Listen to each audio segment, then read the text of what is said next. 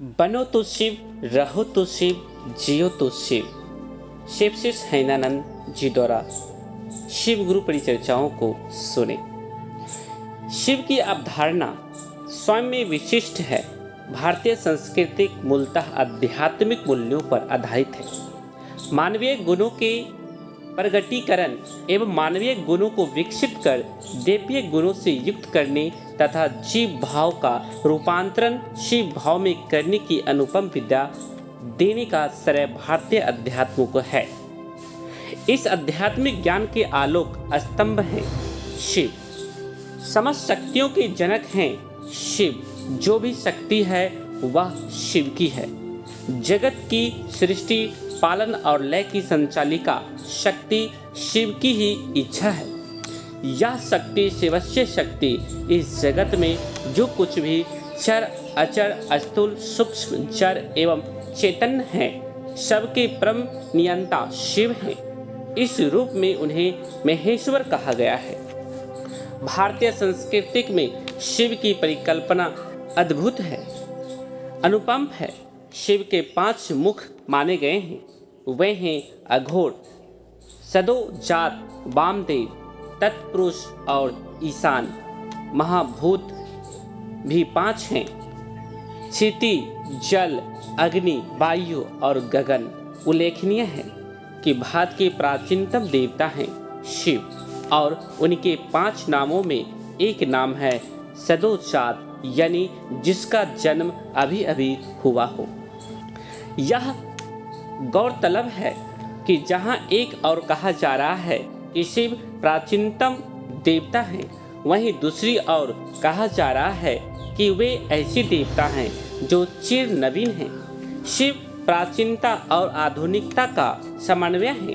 भारतीय संस्कृति के एकमात्र देवता शिव हैं जिन्हें बाबा कहा गया है। हम भारतीय जानते हैं कि चंदा मामा सबके मामा और शिव घर घर के बाबा। शिव एक और प्राचीनता की प्रतिमूर्ति हैं तो दूसरी ओर अर्वाचीन भी। विश्व की सर्वाधिक पुरातन सभ्यता सिंधु घाटी के देवता पशुपति थे। मोहनजोदड़ो से प्राप्त पशुपति की सेलखड़ी की मुहरें प्रोटो शिव से सामीप्य रखती है। उन मोहरों पर एक श्रृंगी लिंग रूपी देवता है जिसके चारों ओर बाघ, गेंडा, भैंसा और हाथी हैं। पशुओं से उनका विशेष लगाव है। मनोवैज्ञानिक विश्लेषण किया जाए तो पाएंगे कि हमारा लगाव जिससे रहता है मानव मन उसे विशेष समझता है। तत्कालीन परिवेश ऐसा था जहां संभवतः ज़्यादा शक्तिशाली जीवों और जानवरों की आवश्यकता मानव सभ्यता को थी। ईसा के लगभग 6-7 हजार वर्ष पूर्व मानव ने खेती के विज्ञान को समझ लिया था। कृषि कार्यों में शक्ति और ऊर्जा की आवश्यकता अधिक रहती है। ऐसे में जानवरों की रक्षा महत्वपूर्ण थी। पशुपति स्वयं अध्र पशु की आकृति के थे। उन्हें एक सिंह के साथ दर्शाया गया है।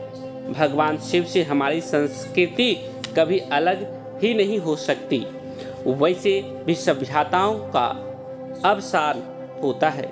अजस्त्र धारा है जो एक पीढ़ी से दूसरी पीढ़ी, एक समाज से दूसरे समाज को हस्तांतरित होती रहती है। हमारी संस्कृति में शिव हैं या शिव में हमारी संस्कृति समाहित हैं। यही हम भारतीयों का सांस्कृतिक प्रतिपाद है जिससे कभी भी हम अलग नहीं हो सके और ना हो पाएंगे।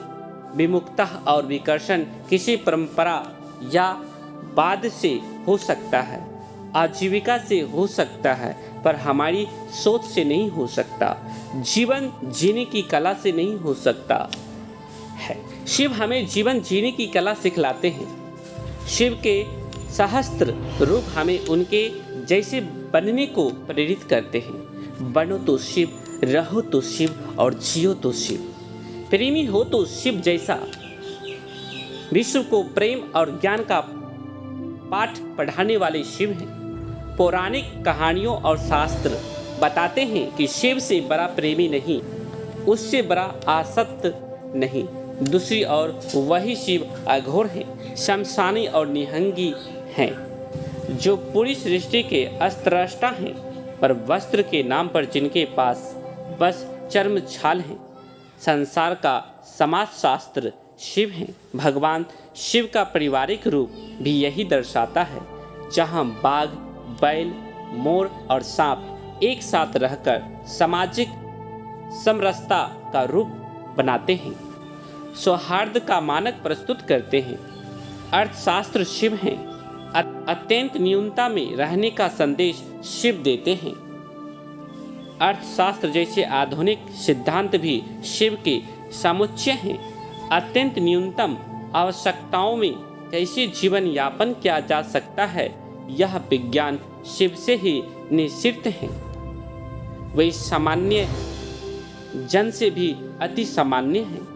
महादेव का मानवीकरण हमें सिखाता है कि हम इंद्रियों के दास ना होकर भगवान शिव की तरह संयमी जीवन व्यतीत करें और जीवन को सुखमय बनाएं।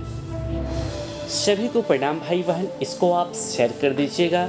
चैनल पर नए हैं तो सब्सक्राइब कर दीजिएगा चैनल को। उसके बाद बेल आइकन को प्रेस करेंगे, इससे अगली वीडियो का नोटिफिकेशन सबसे पहले आपको प्राप्त होगा।